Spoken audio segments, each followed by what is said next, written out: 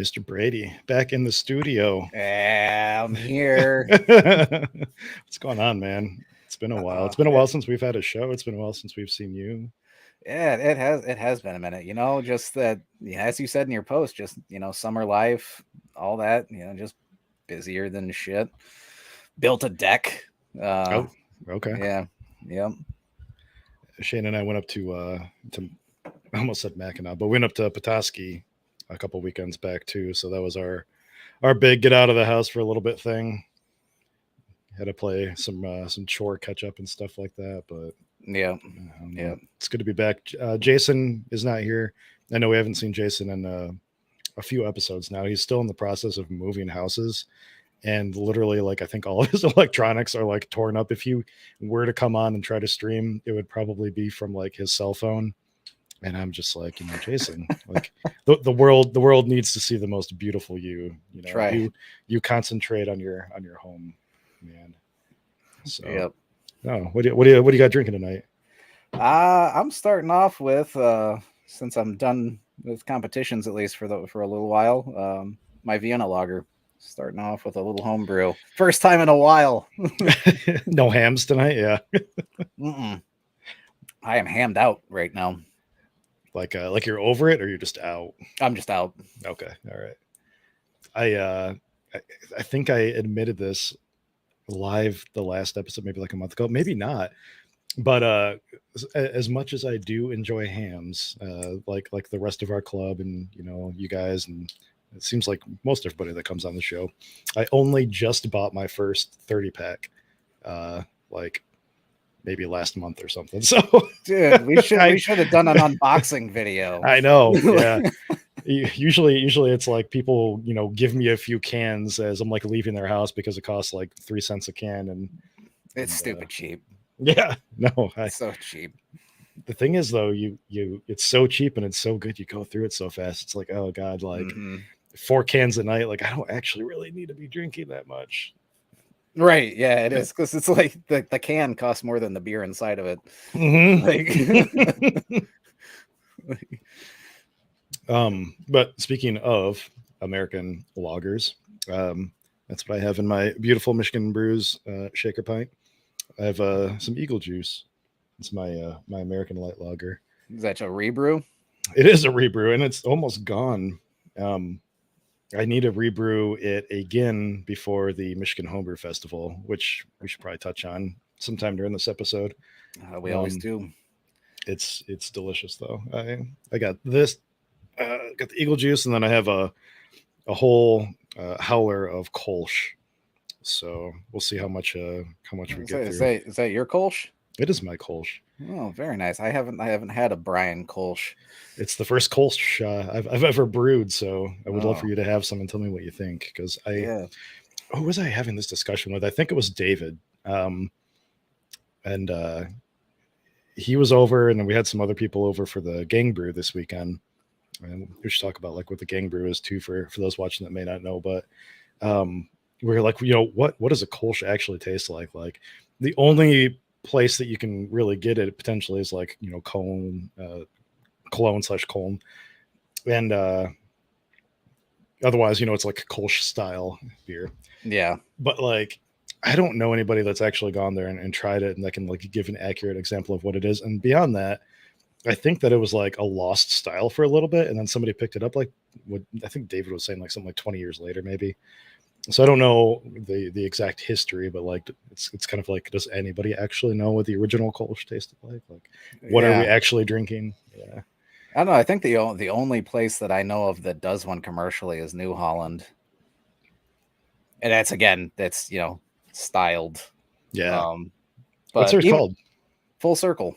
Oh, okay. Oh, no, I didn't realize that was a Kolsch. Okay. Yeah, it is. It was one of my favorite summer beers for the longest time. That's the beer that made me think that Kolsch was something that, I really enjoyed, but I haven't really had anything other than theirs. So I guess I don't really know, but I should have some for the next keepers meeting at the very least. I'm not going through it that fast. I think I have a little bit less than half a keg right now. So nice.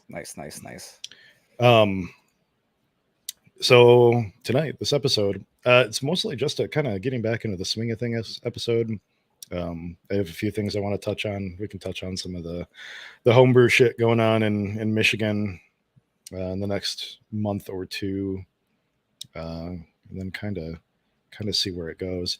For anybody listening that's either in the club or that's local to Kalamazoo, I still have a few spots open for this, and I posted in our Kalamazoo, or, I'm sorry, our Keepers Facebook group too. But Mike Neville sent us some beverages to do a triangle test for a brulosophy experiment that they're doing, and so I have just enough left for like maybe 2 or 3 more triangle tests for people that haven't like committed to come hang out. So Jordan, if you're not busy sometime the next couple nights, for anybody in chat is around Kalamazoo and wants to swing by and have a beverage, I think he sent some beers for a Hop Chronicles thing too. Awesome. So, Yeah, no, I saw your post. I, ashamedly admit that I didn't really read it. I haven't honestly been on Facebook. I sold a fridge. That's about what I've done in the past month on Facebook. So yeah, I'll go in there. I'll read it. I'll take a look at the dates. I'll let you know. Sounds awesome though. Yeah, I mean, we don't really have a date picked, but I mean, we can do like 2. He sent me enough bottles to do probably like 10-ish triangle tests. So comfortably, and we can probably stretch it a little bit too. It's like, can you go over like the triangle test and what he's looking for, or is that kind of saved until it's in front of you? So I can't go over the details of what it is. I do know what it is, and I'm not going to take the triangle test because of that.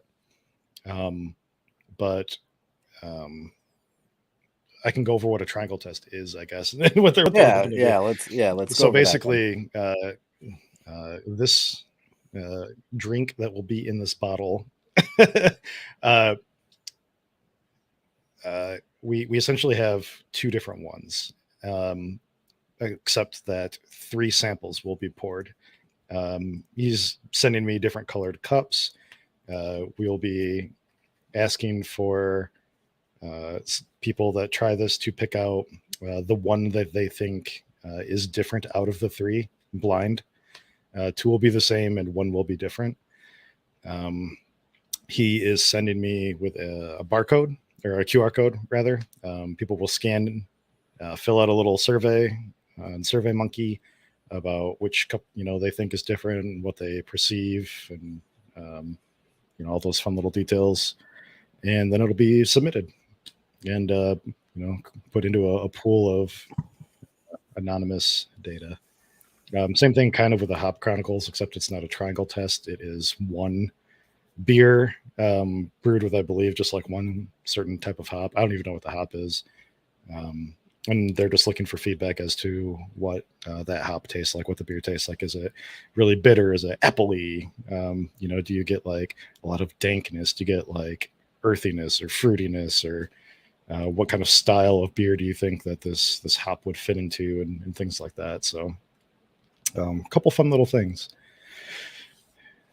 Yeah, and I'm trying not to go into too much detail about the triangle test. Yeah, no. I think you hit it well.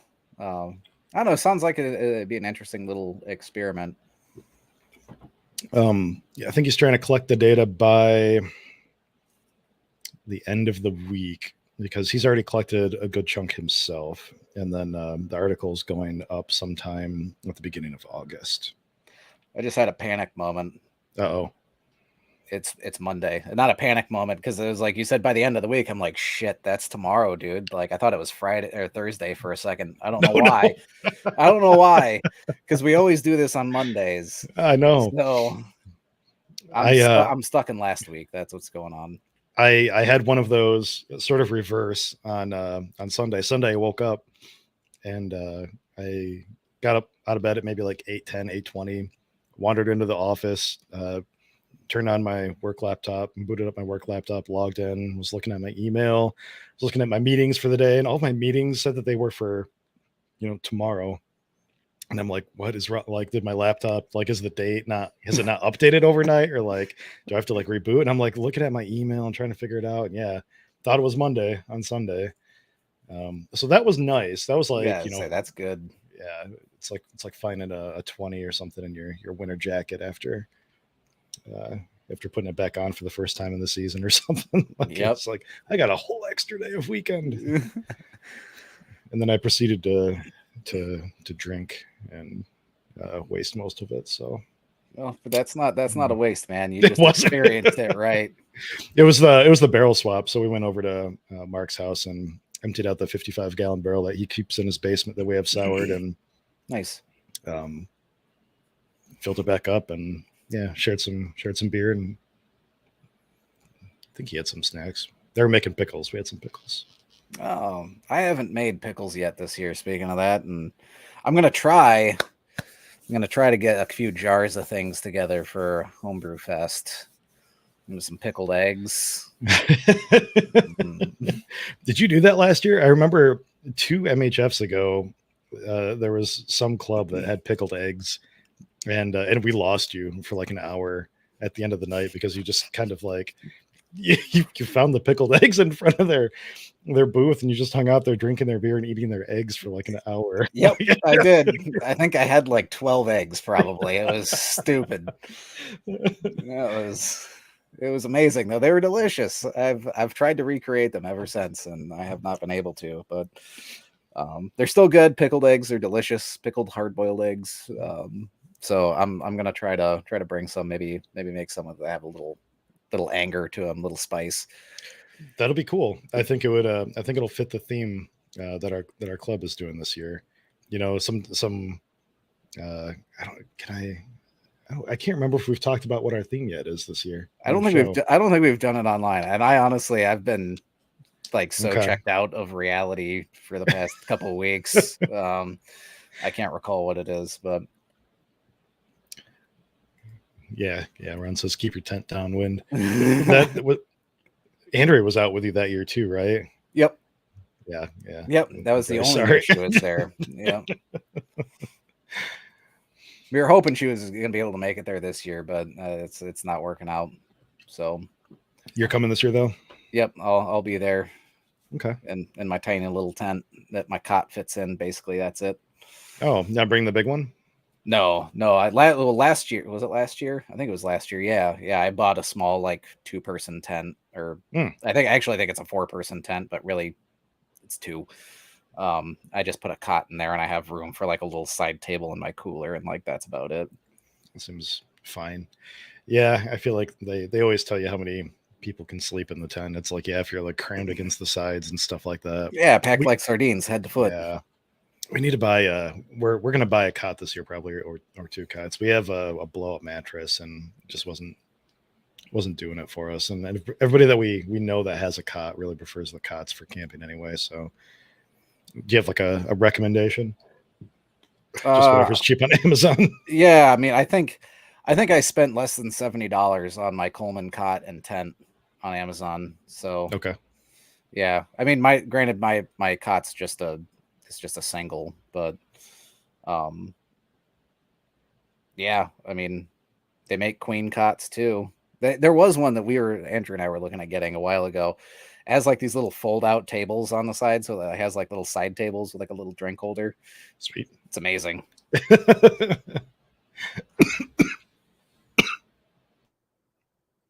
Oh, sorry, I had to mute myself. I was dying there for a sec. I was gonna say, yeah.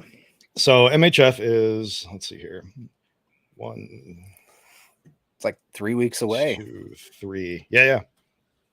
3 weeks from Thursday ish. It looks like. I'll probably be there on the 20. Oh no, I'm looking at the wrong date. I'm looking at July. So what, 1 is it still 2, 3? Yeah, it's 18th, right? Yeah. So you're right. Yeah, I'll be there with David and Jason, and I'm not sure who else on Wednesday. Helping set up, and then we'll go from Thursday onward. I think we have quite a few new people coming this year. I keep talking about it to everybody, like people that have never been before and stuff. We keep spreading the gospel of MHF, and we're gonna try to keep it busy and keep it going. Michigan Beer Cup judging is coming up soon. I believe that is a week from this coming Saturday, so on the 6th. Yep. So I'm going to be out there for that.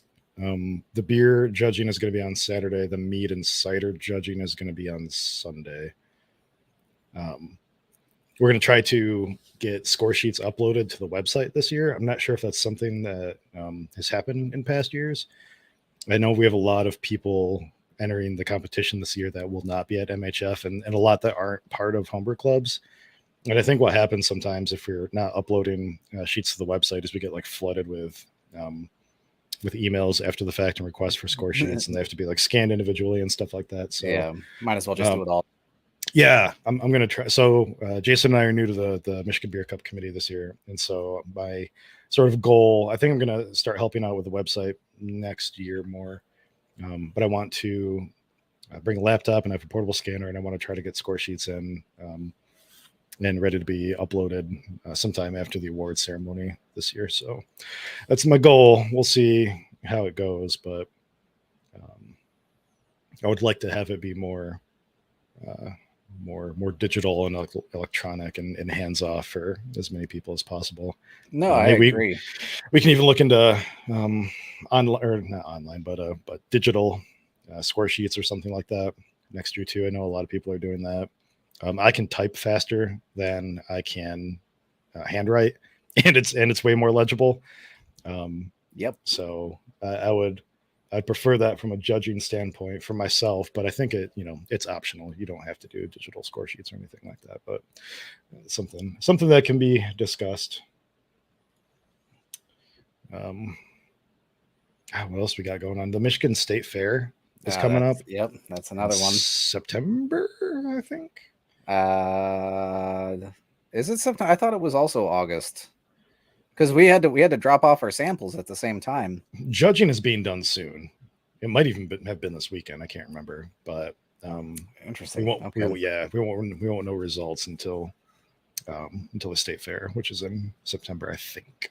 Right. Now, I guess with you and MHF, I know in previous years they've like put a list up to say like, oh, you like you have a name, like if you have an honorable mention or above. Is that something that they're going to do again? So far as I'm aware. Okay.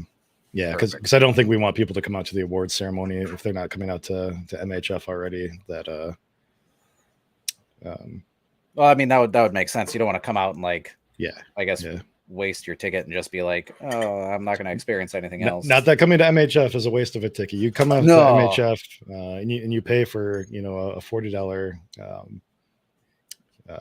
like membership, and you're gonna have the time of your life. I promise. I have honestly had some of the best beers I've ever had there. There's some amazing home brewers in this state. Joe says September 2nd. Shayna says first week of September. So thank you for the perfect. Yeah. Perfect. Oh, what do I have? So a lot of traveling over to the east side of the state this year. We got to get some of that shit over here on the west side, man. That's kind of a hope. Once we start getting more BJCP judges over here, and that's a big focus that Keepers has maybe in the next year. I hope to try to persuade some of the judging to move a little bit more west, just so it's maybe I can handle a 60 or 90-minute drive to do some judging or bottle sorting or something like that, but it's hard to do 2.5 to 3 hours.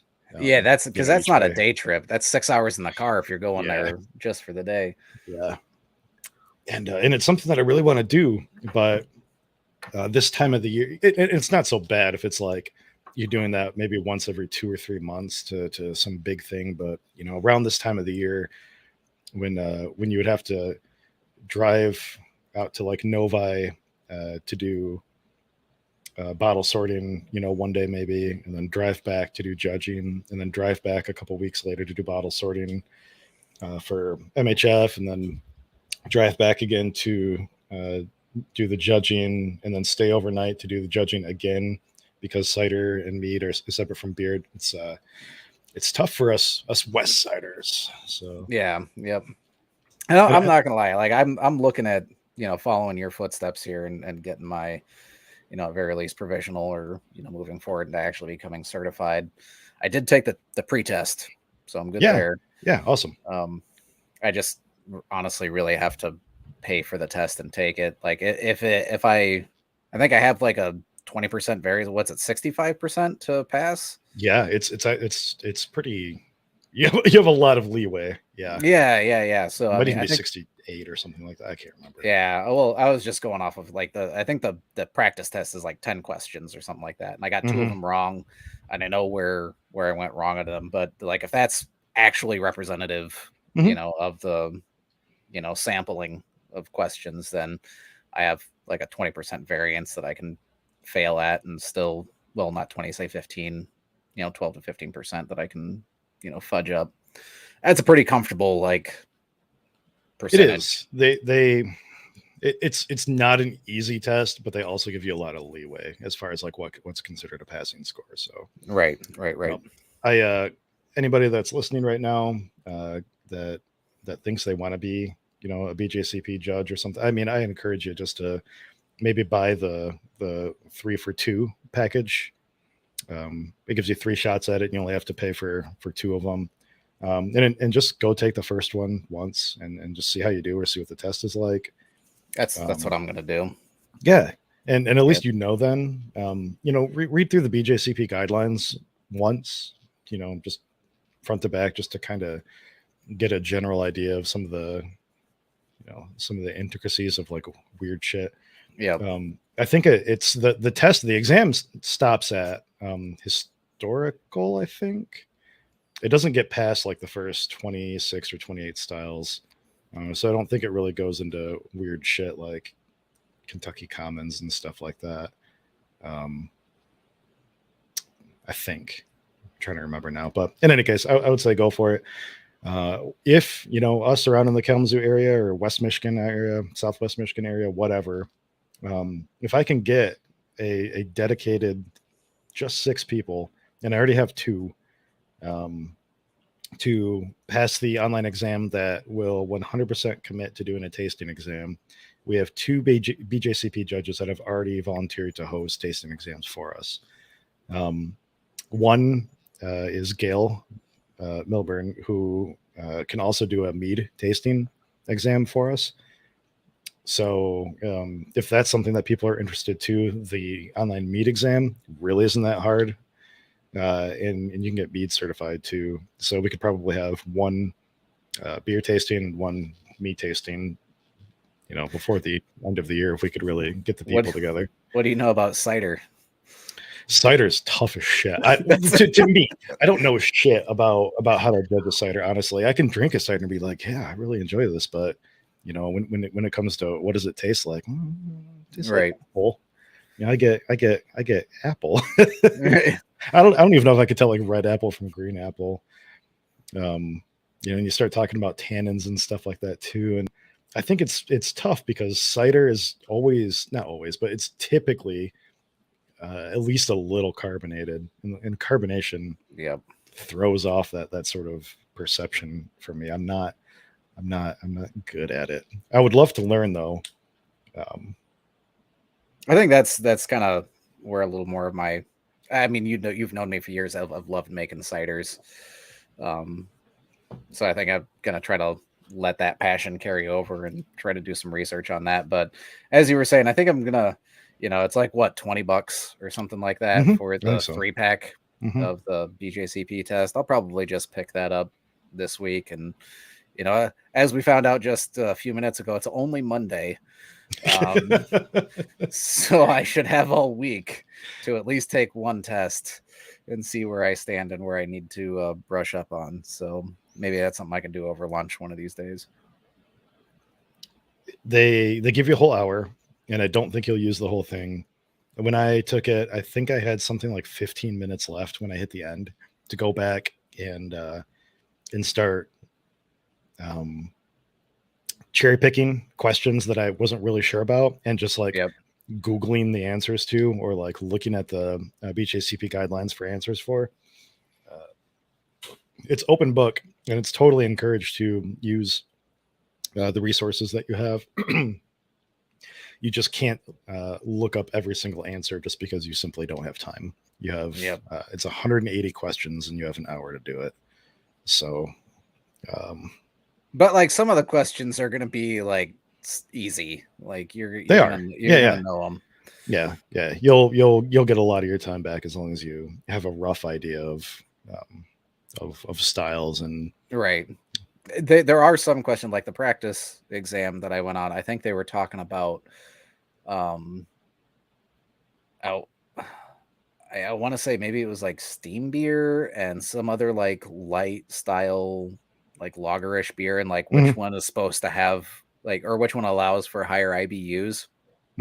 Okay. And that I know that's one that I just did not get right. I know both. Nope, we lose Jordan. We might have. We'll see. All right. Well, we wait for Jordan to come back. I will say too, and I think that I linked this in one of our YouTube videos. I put a YouTube video out there called "How to Study for the BJCP Online Exam." It's not on Facebook. It's only on YouTube. It wasn't a live stream. It was maybe like a 10, 12-minute video that I put together by myself. But I created a spreadsheet, and it's on Google Drive now, that lists off all of the first, whatever, 26, 28 styles, and has a sort of side by side comparison for all of the. He says comp shut off randomly, so I guess he'll be back. But um, it has a side by side comparison to all of the styles that are listed along with the base style for that style, if that makes any sense. So, like um, if you look up like American light lager, it will have a side by side for like American lager as well. If you look up like Czech Pilsner, it'll probably have a side by side comparison for German Pilsner as well, for things like IBUs and color and like overall impression notes for like what the style is and things like that. So that makes it a little bit easier for some of those questions that you sort of just need to like glance over at a piece of reference material for. Um, so go look that up. I'll set a reminder for myself to link that again sometime after the show's over. Do that now. But yeah, definitely encourage everybody to go and at least give it a shot. Aubrey volunteers to test meads. Uh, you are on the list. I do need tasting notes actually for sour beers. Um, so I might gather some people together to do that. I think I have like 50, 60 gallons of sour. The number changes every time I say this out loud, but I have a lot of sour beer and kegs downstairs that I need to get tasting notes for, so I can start doing some blending. Um, Sneak peek for any keepers that are watching the show. Uh, I think for our October meeting, we are going to do a. Oh, Jordan's back on, so I'll wait for him. All right. So sneak peek, Jordan. I was just talking about BJCP stuff a little bit more, and um, Don't know what happened there. Just it's okay. Welcome back. You obviously have a very quick hard drive. yeah. Oh yeah. M.2. Hell yeah. But the October meeting for keepers, we are going to do a sour beer blending class. So we'll be bringing probably like at least a growler of 3 different sour beers, and we'll be sort of taking notes and experimenting with sour beers to blend out maybe some things that are stronger with one, like a acetic, and just add character to maybe beers that are less characteristic or a little bit more boring or less tart, and sort of create something new um, from 3 beers that were kind of boring on their own. And I think that it'll be really fun. It's something that we did out at HomebrewCon, and it was probably the best class that we had out there. So I have the mead, or I have the sour beer to do it. So I figure we'll give it a shot and see what happens. So if you're a keeper and you're listening to this, make sure to be at the October meeting. It's going to be fun. All right. I was just gonna ask if that's October. My September is like shot. So I should be able to do a couple shows in September, which is only like 5 days away. Oh, in a month. What? Fuck. What is life? How's your August looking? Yeah, also pretty well fucked. Okay. God. Yep. I Well, think I think MHF is the only time I'm actually like away from home for the weekend. No, that weekend I have a wedding. I don't know what's going on that weekend. That's Homebrew Fest. Okay, yeah. Okay, I'm good. Sorry, catching up on life. No, it's fine. Well, I figure August is going to be sort of MHF prep for the meeting, and then September will sort of be maybe MHF debriefing or something. And then, if we can be back to normal business hours in October. That's what I'm hoping. But I think it'll be fun. And we have some other ideas of things that we're going to do for keepers too. We keep getting new members. A lot of it was thanks to the Bell's Homebrew Expo last year, which I don't think is going to happen again this year. I haven't heard anything about it. I was going to say, that's usually in September. Fuck. I was like, damn it. Brandon, thank you for the shout out for my video and spreadsheet. I appreciate that. Yeah. So we'll see how it goes. What else is going on? Did you crack into your Kolsch yet? I did, and that's what I'm drinking right now. So we were talking earlier about like how do you describe a Kolsch or what its flavor. So why don't you tell us like what yours tastes like at very least? What are you experiencing? So I would describe it as a American blonde ale with more yeast character and maybe just a little bit more bitter. American blonde ales tend to be more like malt driven with maybe some like interesting hop notes or like some mild esters or something like that. This is part of this too is that it attenuated to like 1004. I got like 90% attenuation on this thing, which is like way drier than it should be. I think that's just kind of to style for Kolsch's. Aren't they supposed to be pretty dry? Closer to like 1008 or 1010 or something probably on the low end. So okay. Not quite this dry, but it's not the worst.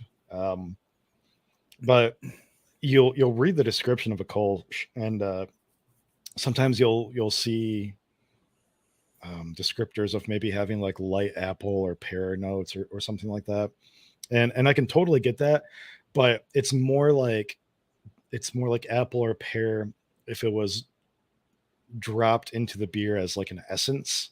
It doesn't have like an alcohol taste. It's more just like, oh, if I really think about it, it's totally there, but it doesn't taste like it. Like garnished. It does. Yes, yeah. It doesn't have like the acidic bite of an apple or anything like that. It tastes more like you're sort of like grinding or your like teeth on like a little bit of apple peel or something. Just like somebody got too close after eating an apple, and you're just like, oh yeah, I can smell the Granny Smith. That's so it's not really like a green apple or pear or anything like that. It's just a very interesting yeast derived note that is reminiscent of that more than anything else. So it totally has, it's more balanced towards the yeast than it is towards the malt, I think, in my opinion. Not that the malt or the yeast don't play big factors, but you smell it and you drink it. It looks right. Like it looks good. Mm-hmm. I think it's super good. I've always felt like, again, really only had one example of a Kolsch, so I feel like it's always been like a slightly more carbed than other beers that I've had. I think the appropriate description is somewhere in like the medium carbonation range, but I prefer everything on like the high end of appropriate anyway. Right. This is less carb than my American light lager, but it's probably more carb than what I would do for a blonde ale, like an American blonde. Part of that is because it's so dry. I think I needed a little bit of extra carbonation to give it some body. Yeah, or like Yeah. at least some perception of that. But And I sit on the opposite side of you, Brian, in terms of carbonation. you're Less is usually better. really Yeah. even with your ciders.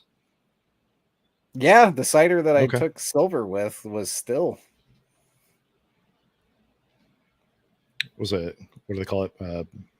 No, still. No Oh, carb. still. Oh, Yeah. I thought you were like not. No, I that thought, was you it were, I was thought you were finishing your sentence. I'm like, it was that's still what? it was still. There was no carbonation. That's the BJCP term. That's cool. Um, I don't actually know that I've ever had a still cider except for maybe like Steve's ice cider that he's brought to a couple meetings. I think that was still, if I remember right. But I kind of like it, like most of my beverages. I like a little, unless it's carbonated water, then just beat the shit out of it with the CO2. But most of my like other alcoholic beverages, I prefer to be. And I've done ciders that have been like way carbed, and the ones that I have on now are pretty well still. I have just enough CO2 on them to pretty much just push the shit out of the tube.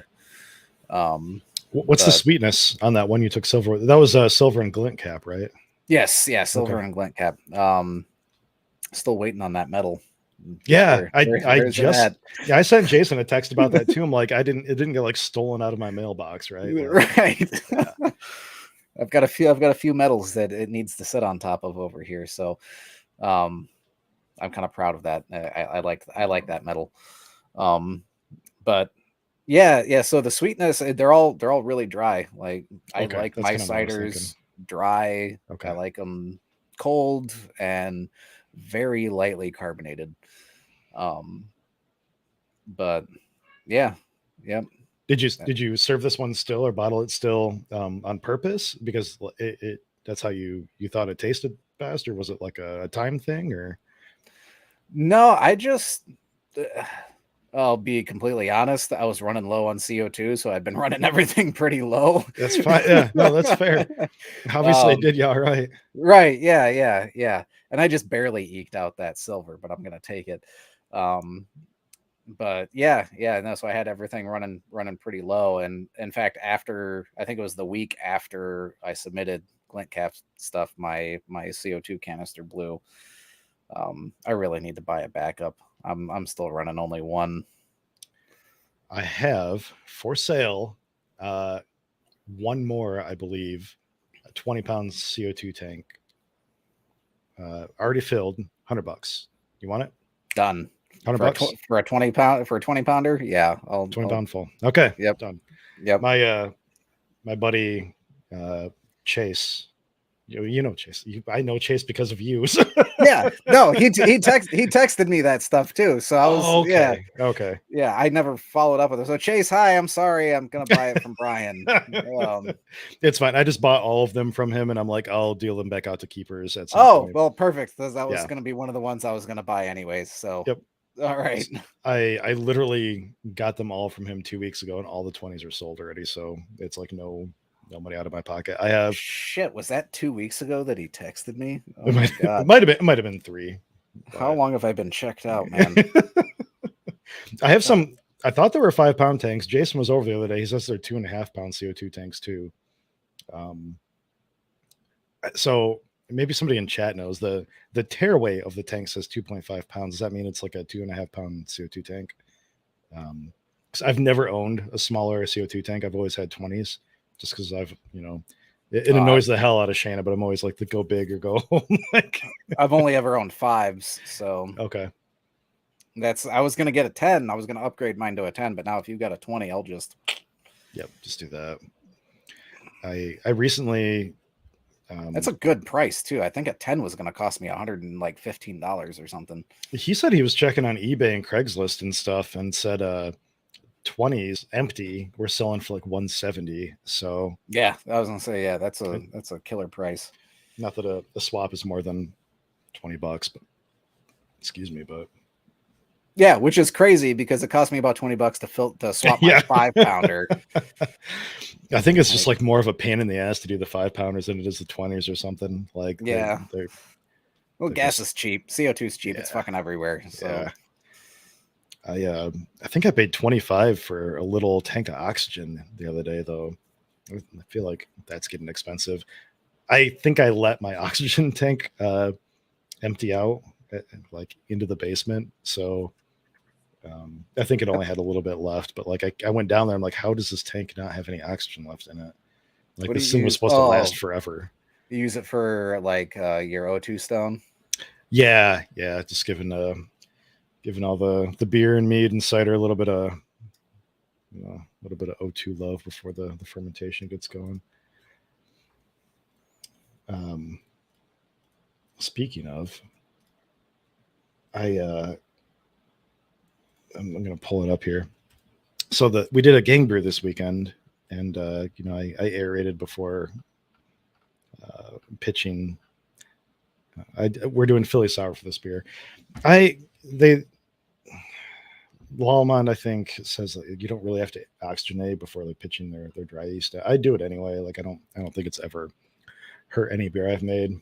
But so I pitched it for this Philly sour, and I've got oh, Jordan dropped again. He just sent me a text. I wasn't even looking at the screen.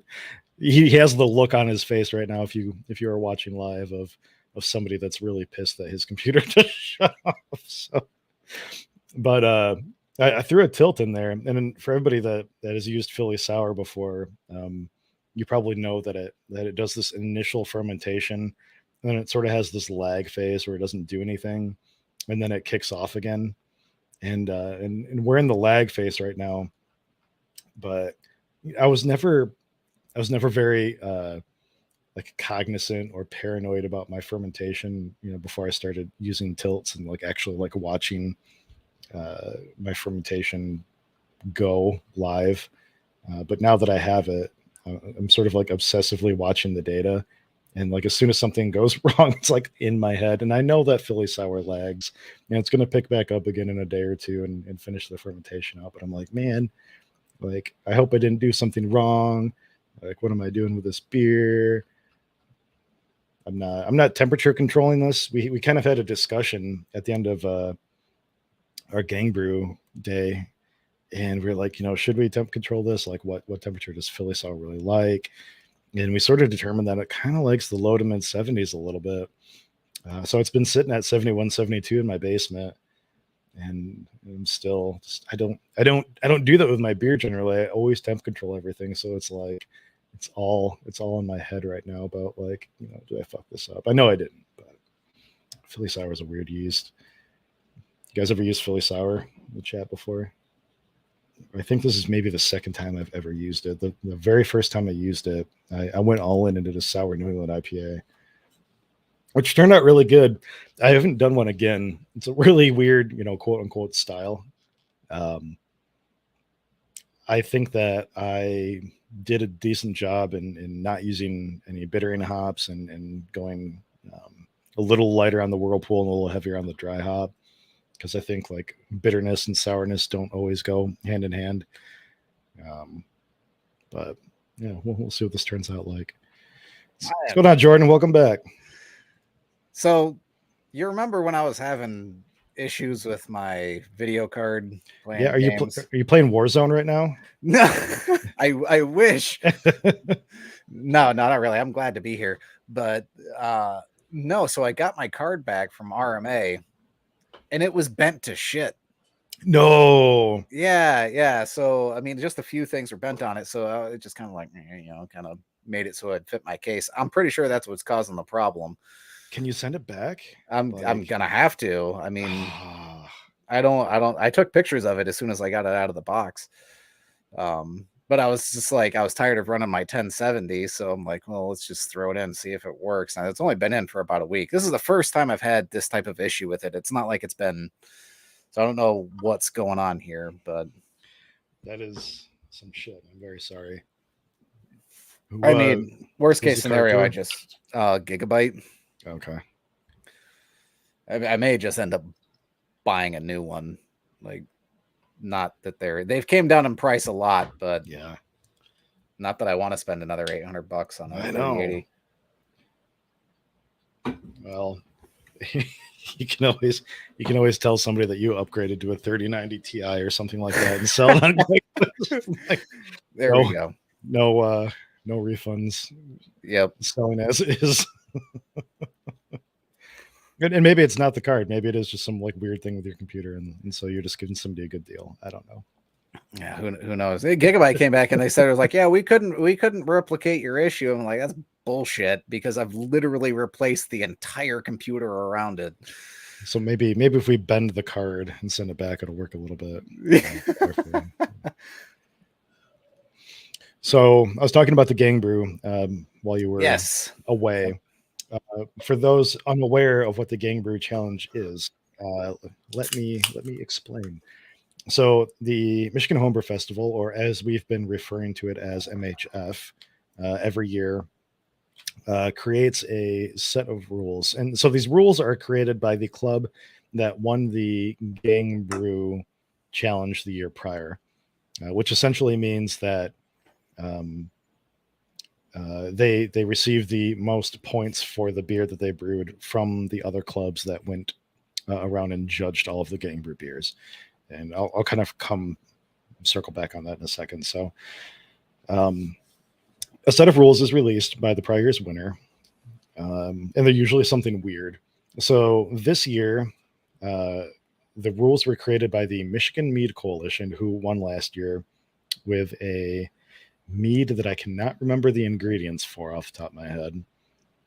Totally met all the requirements, and it was absolutely delicious.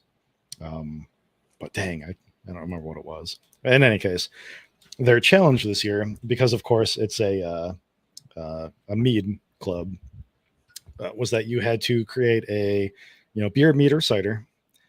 It had to contain at least 25%, or at least 25% of your fermentables had to be honey. It had to contain a whole box of Pop-Tarts, or it had to contain some sort of fruit or citrus. And I think it said bonus points if you use both. For the Pop-Tarts, it had to be name brand Pop-Tarts. They very specifically said none of that off-brand bullshit. So I'm not going to go into what our gang brew was quite yet. It needs to be a little bit of a secret, at least within the club or something. But obviously, we know it's some sort of sour because we're using Philly sour with it, as I've spoiled so far. But won't go into the Pop-Tarts, won't go into the fruit quite yet. And then, so every club has to get at least 3 members of the club together to brew it. As long as that requirement is met. Hey, what's going on, Matt? Yeah, thanks for the welcome back, man. I know it's been a month.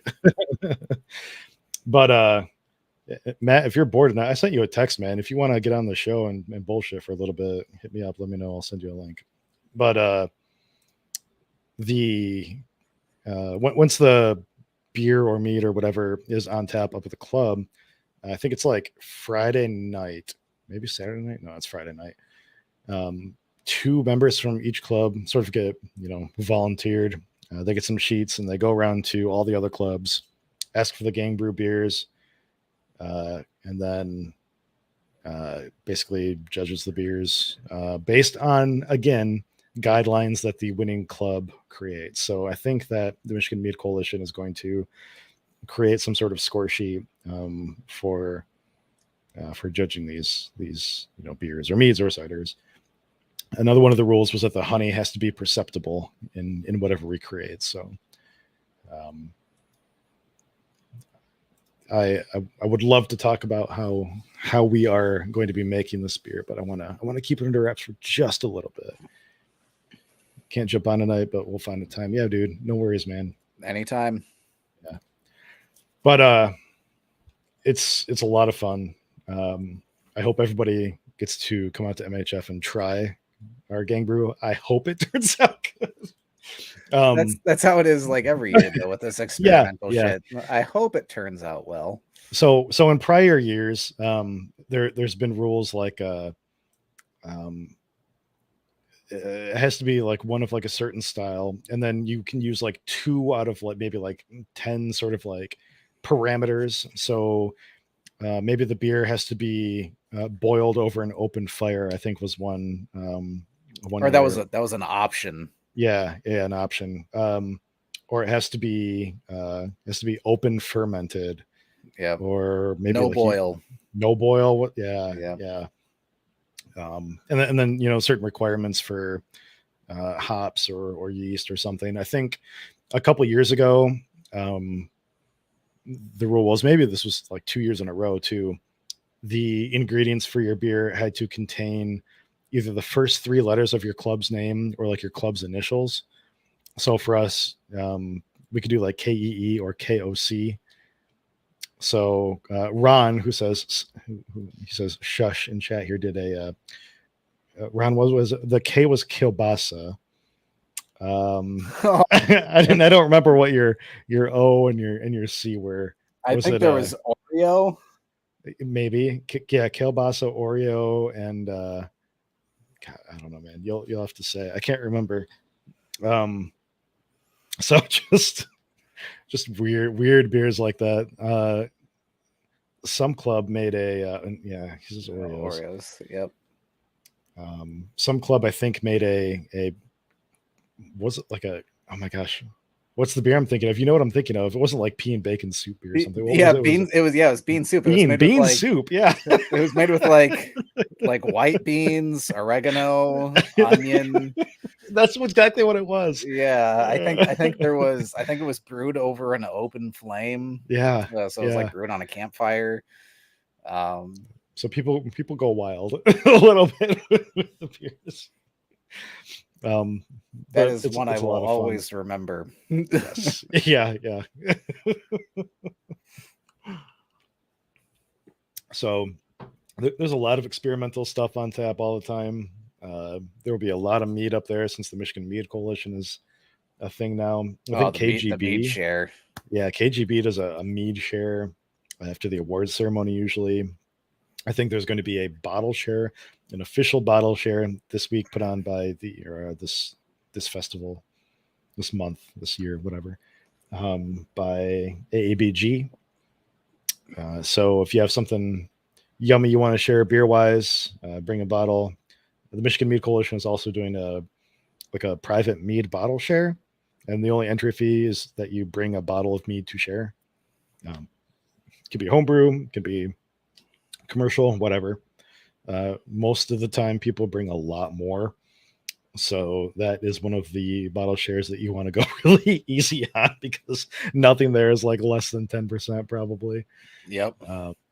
So we need more people to like brew hydromels, just get some of them sessionable meads. Did I tell you that I'm bringing a hydromel this year? No, I didn't know you did one. So it's fermenting right now. In fact, it's probably done. I haven't gone and checked on it. But I need to do another one.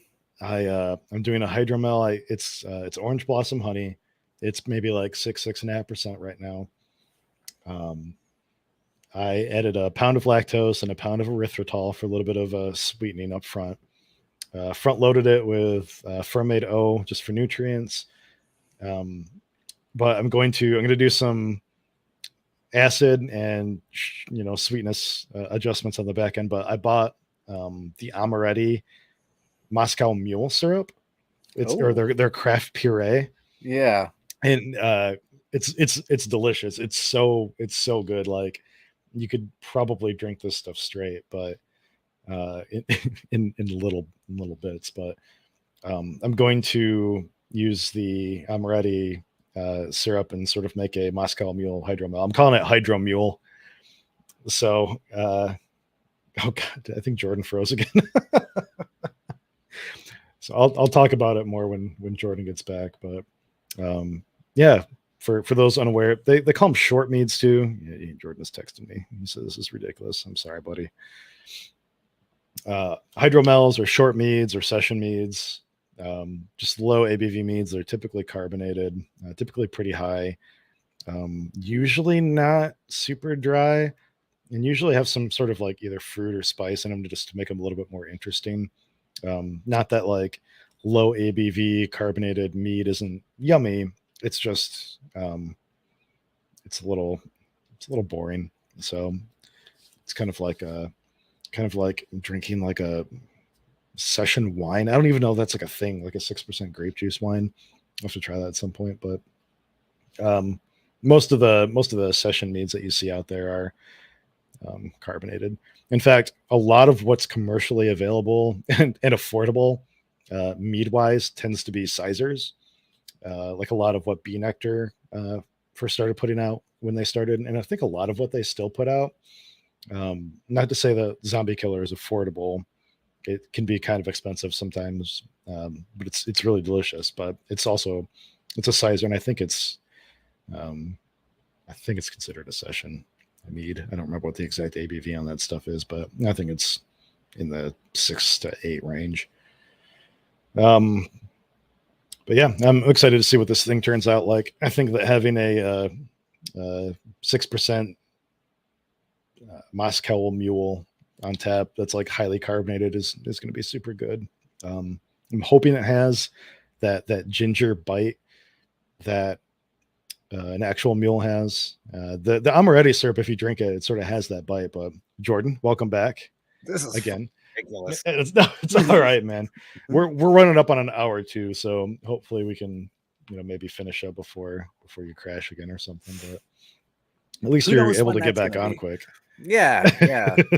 I did something right. But yeah, I was talking about the Moscow Mule thing. So yeah, we'll see how it turns out. I was saying that I hope it has that snappy, bitey ginger burn that that actual Moscow Mule kind of sort of has. If I need to add like ginger beer back in or fresh ginger, I still have plenty of time. So Yeah, we'll yeah. see No, how it I'm goes. I'm excited to try it, man. It seems like it's going to be a good little experiment. You bringing anything to MHF for kegs? I am. I'll be Okay. bringing. I've got a Mexican lager that's probably done right now. I'm gonna get into a keg here soon, and get it in the keezer, and just start conditioning it. First time doing one. No idea how it's going to turn out. Used Calypso hops. Which let me look that up real quick. I thought it had something to do with like a lime. I don't know if I've used Calypso in the past. Let me take a look at hop list here and see what it says. Well, while you look that up, I'm calling up Matt Manishman. If you're still listening, um, if you're coming out to MHF this year and you want to bring a keg, let me know. And you can totally cap a or a cap. You can totally tap a keg at Keezer's if you want. Absolutely, we'll give you a tap. Yeah, I think we still have plenty of room. So Yeah, so characteristics on Calypso. It says crisp, fruity aroma, flavors of apple, pear, stone fruit, lime, and citrus. So how'd you use it? All of it. That's all it's in it. Single hop. Okay. Bittering and aroma. There's only I think a ounce in there because Calypso this says 12 to 14%. So you want to sit right. You kind of want to sit like right around like 20 IBUs. So I don't think my actual bittering addition went in until like 30 minutes into the boil. Yeah, fair. But yeah, so I think I'm sitting with my measurements within Beersmith. I think I'm sitting at right about like 18 to 20 IBUs or so. But I had it on hand, so that's what I used. Whatever. Fuck it. Yeah. I think that for Christmas this year, and I know other people have done it in the past. I think Jason Glatz has done it before, but I have so many hops in my freezer downstairs right now, especially my little like 1 ounce, 2 ounce, like one offs. Yep. I'm gonna bring like a bunch of hops to if we do like a Christmas party or something this year, just to give away. I was telling David or Ron or somebody, whoever was at my house and listening to me for the gang brew that I have some apple crisp hops in my freezer from like 2017 probably. Okay. And I bought them because I was like, hell yeah, like apple crisp. That sounds delicious. I could do something super fun with it. And then, I got them and I'm like, I don't want my beer smelling like apple or tasting like apple. Like, wait, no, maybe I should. No, I don't. I'm not going to use these. So I've never used them. And they're like every time I open my, little container of hops where I keep them, it's just like there's this bag sitting there, like Dude, staring at me. hopped cider, man. You are not the first person to say that. That's I'm pretty sure Ron or David or somebody said that this yeah. weekend too. So Just fucking try it. I've also got like 2 ounces of. I just had to look it up. You remember you got some stuff too because you took a medal. The O'Connor's competition. Fuck, does this have a year on it? It doesn't. I don't know how many years ago it was. 3-4 years ago, something like that. I got some hops. They're like Vojvodina. Never heard of it before. But like the description on it is like grass and hay. And I'm like, the fuck am I going to use this for? Are they low alpha? Yeah, they are. Yeah, they're a cross between 2 nobles, or this one I'm reading on here is like Northern Brewer and Golding. That'd be awesome for like a sour base. Right. Yeah, but I'm like, I don't. I've got 2 sours right now. They're both in kegs, and one's a couple of years old at this point, and they're both done with you. Yeah. So, okay. Yeah, that's the thing about sour. 2 years ago, I decided that I really wanted to get a sour program going, and I set a goal for myself of once a month I needed to brew, excuse me, a base for a sour, and get it down into my basement. Maybe it was like once every 2 months. I don't know, but and ferment it and whatever, and get this thing going. But then, like, I've come to realize that if I tap a sour, like even if it's absolutely delicious, like amazing, so good, it's still on tap for 6 months at a time usually before I can like finally finish that keg. Yep. And that's with me like sending a lot out for competitions, bringing some to like every homebrew club meeting, bringing some to like friend get-togethers. Like it's usually not me drinking it; it's me giving most of it away. It's hard to drink that much sour. Like it's not like, something that you go and you're like, dang, I'm gonna have 4 of these tonight. Like true sours, that's true. Now you go with a Philly, I can drink the shit out of most Phillies, but like kettle sours and stuff. Yeah, like those. But there's something different. There's different characteristics when it comes into those like true natural sours, and I think that's where the art comes in to really brew something that's like super enjoyable in the natural sense. Not that Philly and kettle isn't natural, but yeah. I guess in the classic sense of brewing a sour, more than just straight lacto and whatever else. Mm-hmm. Yeah, I get you. You got anything on the agenda for the next couple weeks or months as far as like things that you want to brew or anything? Just kind of to wrap stuff up for the night. Yeah. No, I don't know what my next brew is going to be. I've wanted to do a Heffy. I haven't done one in a few years, so that'll probably be, what I do next. I've also been kind of thinking of doing like an American light, like what you got there with Eagle Juice. Mm-hmm. I actually have some extract. This Mexican lager that I have is my first extract batch that I've done in years. So we'll see how that turns out. And yeah. So I'm really looking at the lightweight beers. Like I used to brew a lot of stouts. Yeah, I took a gold at MHF years ago for a stout of mine. And in fact, one of the beers that I submitted is actually the Imperial version of that same beer. So I'm very interested to see how that turns out. This year for this MHF? Yes. Yep. Is that the state fair too? No, it didn't go to the state fair. Just went to MHF. Okay. Did you enter the state fair this year? Yes, I did. Sweet. Okay. I think 2 entries, because there was 3 bottles for State Yes. Fair. Yep. And 2 for, so each one got a 6-pack, so it was only 2 entries for the State Fair. Cool. Which was, I want to say, my cider and my Vienna. And then MHF was, I believe, my cider, Vienna, and then the Imperial Stout. Okay. Or wait, no, I think MHF was actually a different stout that I brewed for Big Brew Day. I think that's what went over there, not the cider. So Sweet. But yeah, anyways, yeah, I've just been, like, things I've been wanting to drink have just been lightweight, light beers, low ABV. For anyone that wants to brew, I'm calling it Eagle Juice, but the recipe is basically based off of Canuchuck Lager. Google the 2021 National Homebrew Competition results. It's in Zimmergy. The recipe is published. It was the gold medal winning recipe for 2021. So I don't take credit for the recipe, but brew it.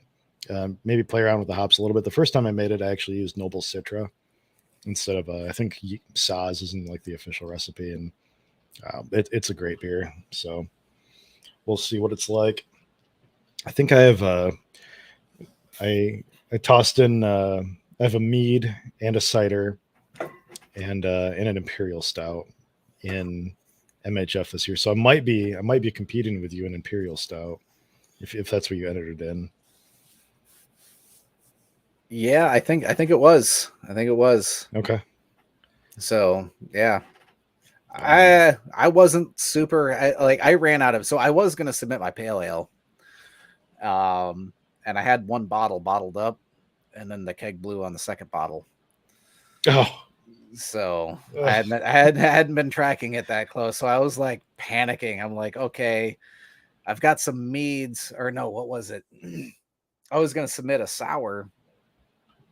The sour, like the first sour that me and Drew did, because I swear I have 2 bottles of that left, and I pulled those 2 out, and they didn't, like, looking through the bottles, like they're not labeled, so like looking through the bottles they're not exactly right. So I'm like, I can't, like they were kind of next to some bottles of hydromel that I bottled up a while ago, so I'm like, I can't fully say that I know that those are the 2 bottles. So I was like, Okay.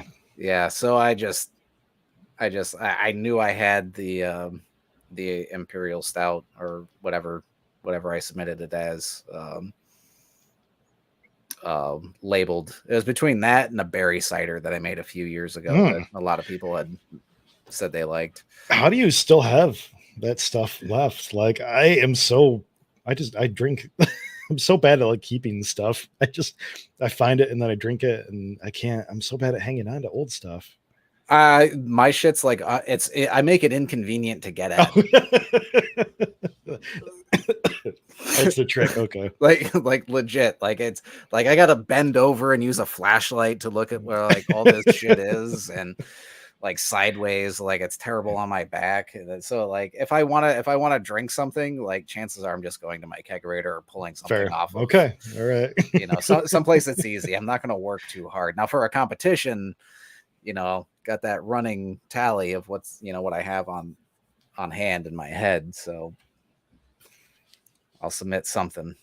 That's fair. Well, I guess in finishing the business, we have a few shows still lined up. Not sure if we're going to hit them before or after MHF. We want to bring on at least somebody, or maybe a couple other people from the. we have sort of a keepers offshoot called the BJC Peeps or something like that. I don't know. It's people from our homebrew club that are looking to study and become BJCP judges. Looking to have a little bit of a separate episode, maybe bringing some of them on and talking about either challenges, taking the online exam, and or successes and stuff like that. So Jordan, who I think just froze again, is going to be taking his exam hopefully this week or in the next week. So maybe that'll be a well-timed episode. And then we also want to do an episode where we're talking about flavoring meads and ciders and, potentially beers. How do you come up with flavor combinations and, with fruit and spices and sweetness and acid additions and things like that. And just how to do like bench trials. And I think that'll be kind of a fun episode, just getting feedback from other mead makers and cider makers and beer makers as to, how they balance things out. But I think that'll do it for tonight. So thank you all for hanging out with us. I'm sorry Jordan's gone again, all in the episode on my own tonight. But yeah, we'll be back hopefully next week. Jason will still probably be a couple weeks out as he's still moving, but we can't wait to get him back, hopefully after MHF at the very least. I believe we'll be streaming the Michigan Beer Cup Awards again this year. So keep a lookout on our Facebook page for that link if you have a entry into the Beer Cup this year. And I'm sure we'll talk about it more in the coming weeks. So thank you again for being with us and have a great evening. Cheers all.